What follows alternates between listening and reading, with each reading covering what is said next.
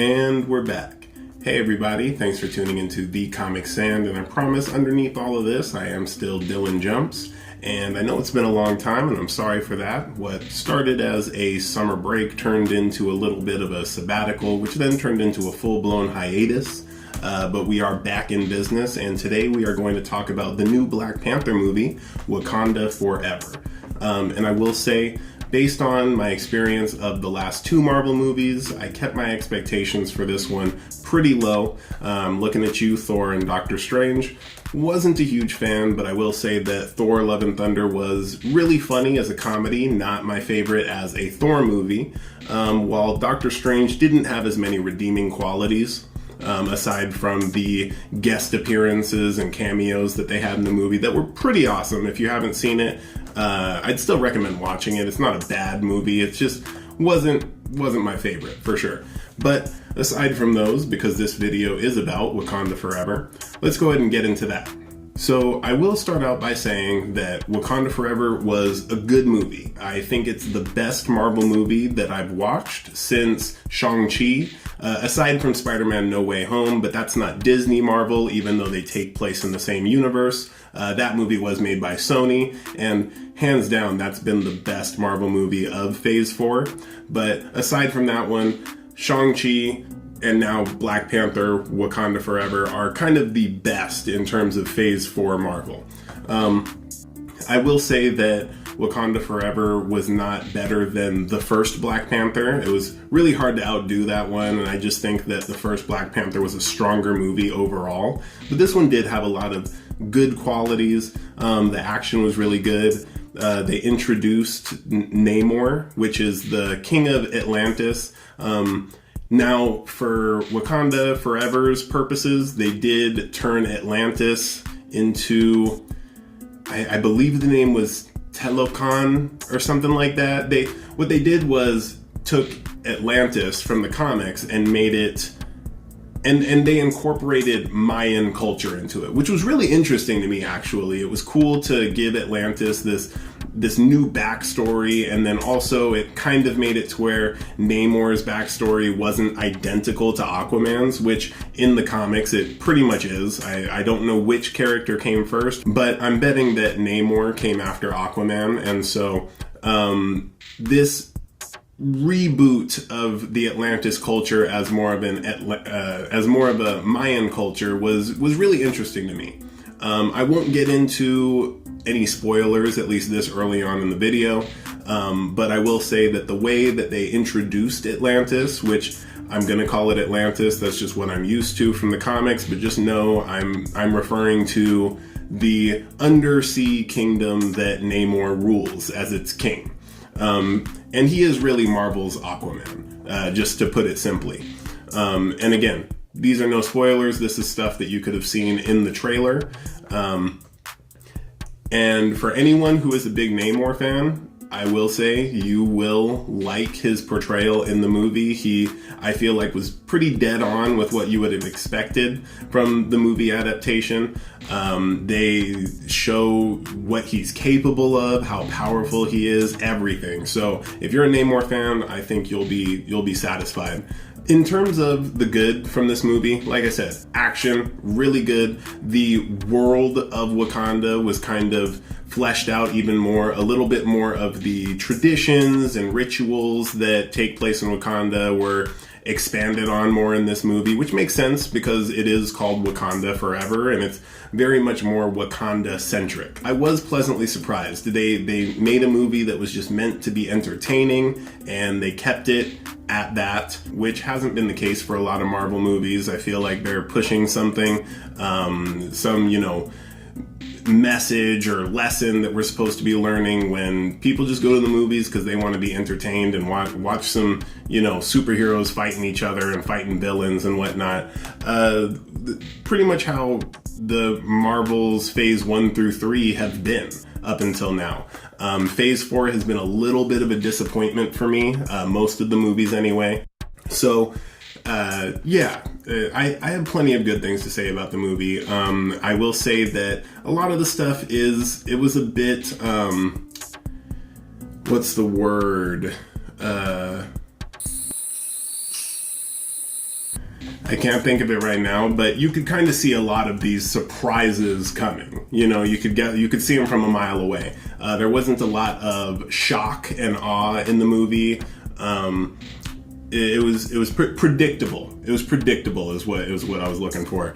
And so, but that you know, that's not such a bad thing. It still was a good story. I really enjoyed how they incorporated Atlantis into the movies, and how they explained, you know, that Atlantis has been around this whole time, and why we haven't seen them up until now. Which is kind of like what they did with the Eternals movie as well. You know, the Eternals were around all through phases 1 through 3, but then they had to explain why we're only seeing them now in phase 4. And so we'll see stuff like that with the X-Men, I'm sure, because we're going to see the X-Men pop up. Maybe not in phase 4, but definitely by phase 5, I would assume, along with the Fantastic Four. So we're going to be seeing a lot of that happening. Like, why haven't we seen them up until this point? Where have they been? And so they've got a little bit of narrative hoops to jump through, but they're doing a pretty good job of that so far. I will say that in Wakanda Forever, even though they expanded the world of Wakanda quite a bit, it seemed like in this movie, for some reason, and it's not a huge complaint, but it did seem like there was a very big lack of main roles played by men. It was like every character that had more than, you know, 5 lines was female. And like I said, not a huge complaint, but it does seem kind of weird. There were some characters from the previous movie, male roles, that weren't in this movie. And then the main male role that they kept from the previous movie was M'Baku, the leader of the Jabari tribe, the ones with the gorilla masks and whatnot. And even with him, I feel like they made him a little bit more funny than he needed to be. He wasn't a very serious character for the most part, and that's not really in line with his character from the comics, even though I won't pretend to be an expert on his character. In this movie, we also saw, in addition to the introduction of Namor, you would have seen in the trailer an Iron Man looking suit, and that was Ironheart, or Riri Williams. Again, a character that I'm not going to pretend to be an expert on, but they did actually age up her character in the comics. She started out as more like a early teens, and she was a prodigy, and it made a lot of what she did more impressive, because in the comics, she actually reverse engineered an Iron Man suit and created her own while Tony Stark was in a coma, and kind of took on the mantle of Ironheart, and you know, fought crime in his place. In the movie, I feel like they aged her up so that she could be Shuri's same age. And if you don't remember from the first movie, Shuri is the sister of T'Challa, and a princess of Wakanda. And so I think that they wanted to have that dynamic of them being friends rather than Shuri being more like a mentor. And so it was cool to see Ironheart introduced in the movies. I liked her character. Just what I'm saying is that they did change her backstory a little bit. In the comics, in addition to reverse engineering the Iron Man suit, she also chose to make her onboard computer an AI of Tony Stark. Because, like I said, Tony Stark was in a coma at the time. So this was how they still kept the Tony Stark character in the comics, even though his actual physical self was dormant for a good amount of time after the second Civil War in the comics. There will be some emotional parts where they kind of they do show, you know, T'Challa, some flashbacks of T'Challa, which was expected. It shouldn't be a surprise that they paid homage to Chadwick Boseman and the previous Black Panther and whatnot. And as you would have seen in the trailer, there is a new person that takes on the role of Black Panther. At this point, if you don't want any spoilers, I'll go ahead and give you a moment, shut off the video. This is about it for the spoiler-free portion. But now, Okay, so if you don't care about the spoilers, like I said before, I thought it was cool how they introduced the Atlanteans into the Marvel Cinematic Universe. It does turn out that Wakanda was not the only place that had vibranium. Vibranium also fell into the ocean, which, going back to very ancient times with the ancient Mayan civilization, led to a section of the Mayans finding an herb that's very similar to the herb that the Black Panther takes in order to become the Black Panther. They found these herbs and they all took them, and it led them to be able to pretty much become mer people, and they spent the rest of their days underwater. Namor was the first person to be born in the underwater civilization because his mother was pregnant before she ever took the herb and gave birth once they had already gone through their transformation. The reason that they are showing up now is because Wakanda revealed to the world the vibranium, the sacred metal that they have, and what was able to make them more technologically advanced. Now that the whole world knows about it, they're looking all over for it. The movie actually starts with France leading an operation to steal some from Wakanda, which fails. After they fail trying to get it from Wakanda, and Wakanda threatens them, if they ever try to do it again, it's going to be war. They start looking all over the world for vibranium, and they find it underwater. In come the Atlanteans, just as technologically advanced, if not even a little bit more, but in different ways than the Wakandans are. And so Namor is upset with Wakanda for revealing vibranium to the world, and so he reveals himself to the Queen of Wakanda, T'Challa's mother, and Shuri, who is the Princess of Wakanda. He wants them to find the scientist who created the machine that can detect vibranium, and he wants them to bring the scientists to the Atlanteans so that they can take care of them. If you don't get what that means, they're going to kill the scientist. They end up finding out that the scientist who created the machine is Riri Williams, who is Ironheart, like I referred to in the beginning part of the video. They find Riri Williams. They're conflicted about it now because they realize, oh, she's just a college student.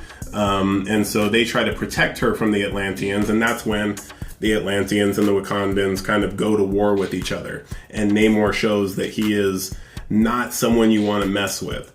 And so there's a lot of fighting in this, a lot of getting to see what Namor can do in terms of his strength, speed, just he's powerful, and as he should be, because that's who he is in the comics. He is one of the most powerful regular characters that you'll see in the comics. I'm not going to get into, every minute detail of the movie, but ultimately, when it comes down to who is going to take on the throne of the Black Panther, or the mantle, I should say, it comes down to Shuri. Of course, I think that most people guessed that Shuri, T'Challa's younger sister, would end up becoming the next Black Panther.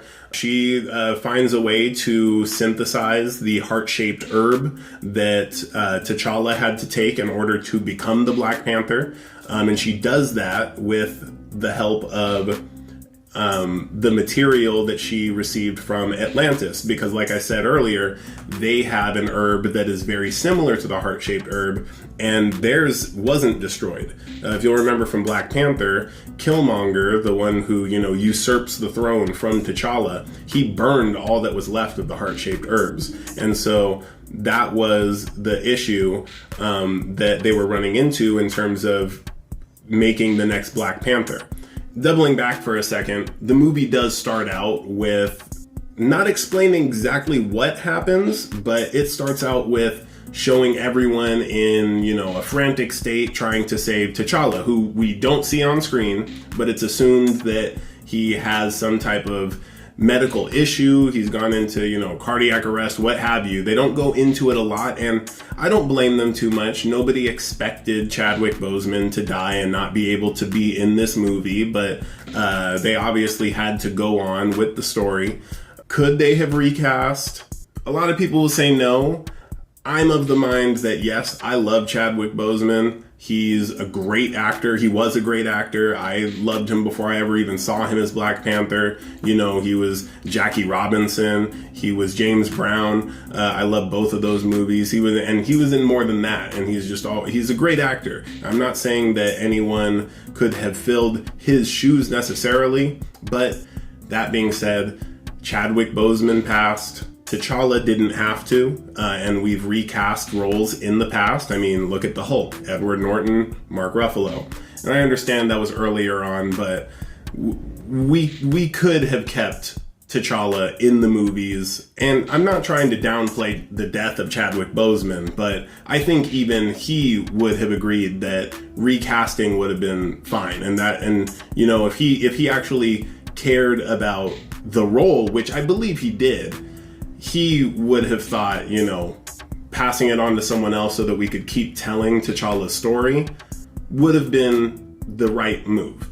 But that being said, they did decide to go in this direction. And so the fact that the death of T'Challa in the movie was a little bit sloppy, I'm not going to get on them too much about that, because that's the route they went. And so they obviously couldn't film any new scenes, and so a lot of this stuff had to happen off screen, and they didn't give a lot of explanation for it. And yeah, I will say there were parts that were emotional, not for the movie aspect of it. I didn't feel like the scenes from the movie itself were very emotionally impactful. I think most of what was emotional for people was thinking about Chadwick Boseman. It was the impact of remembering that Chadwick Boseman is no longer with us and he's no longer playing the character. And so in some ways, I do think that they used that as a crutch a little bit for the emotional parts. That's all I got in terms of World of Wakanda. I recommend it. It is worth going to the theater. I hope that I've made that much clear. If you've seen World of Wakanda and, you know, differ in opinion from me, or, you know, don't understand some of the opinions that I had on it, or just disagree in general, or agree, you know, drop that stuff in the comments. Give this video a like, maybe a share if you think it's worth it. So for the first time in a while, keep on keeping on.